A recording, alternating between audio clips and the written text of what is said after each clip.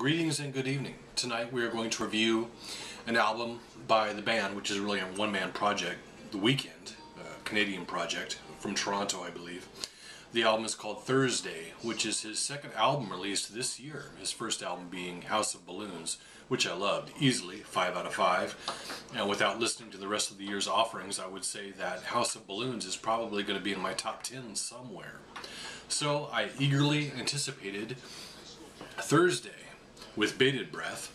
I was very eager for this album. The opening track didn't really catch me right away, didn't really connect with me. The second song, which was Life of the Party, had some interesting guitars to it, but again, it didn't really just like, oh wow, this is a Weeknd album, I'm going to listen to this tons of times, I'm going to be addicted to this album, and I won't be able to get enough. No, not really.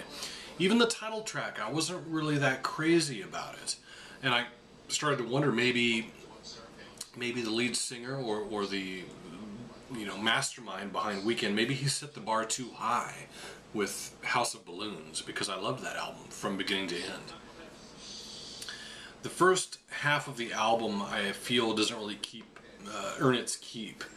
The weakness of the Weeknd is not a weak end, but a weak front. See what I did there?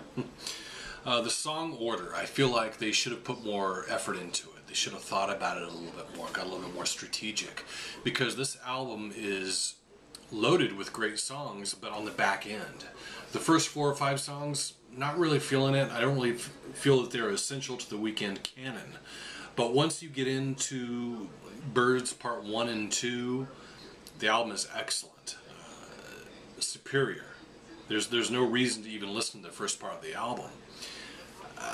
And another thing that drags the first part down is that Drake is on there, who I think is highly overrated. I don't think that Canada and rap go together. Those things cannot mix. I mean, we learned that lesson back with Informer. Canada and rap, you can't be that far north and have rap. You just can't. It's not possible. So I think Drake's presence on Thursday alone kind of drags it down a couple stars, maybe. A word about auto-tune. With a lot of groups these days, or soloists, R&B singers, whatever you want to call them, like T-Pain or Kanye, they use the auto-tune as a crutch. And it's because they can't sing. They don't know where the melody is. They can't find it. You could hold a gun to their head and they wouldn't be able to find it. But with The Weeknd, I feel the auto-tune is done correctly, and it actually sounds good, and he doesn't use it as a handicap. He uses it to accentuate his voice. So I think that's a good thing. I've listened to a lot of Weeknd. I've gone back and listened to some EPs and things like that, and I feel like there's some strong songs.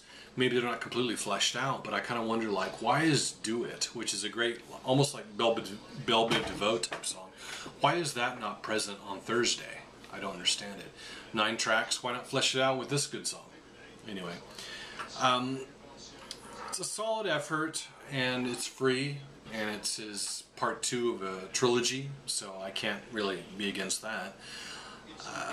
But it has some pretty glaring weaknesses in the front half, but I still really liked it, so I'm really torn on this one. I would give it probably a weak 4, like a 3.9, but we'll round up and say 4 out of 5.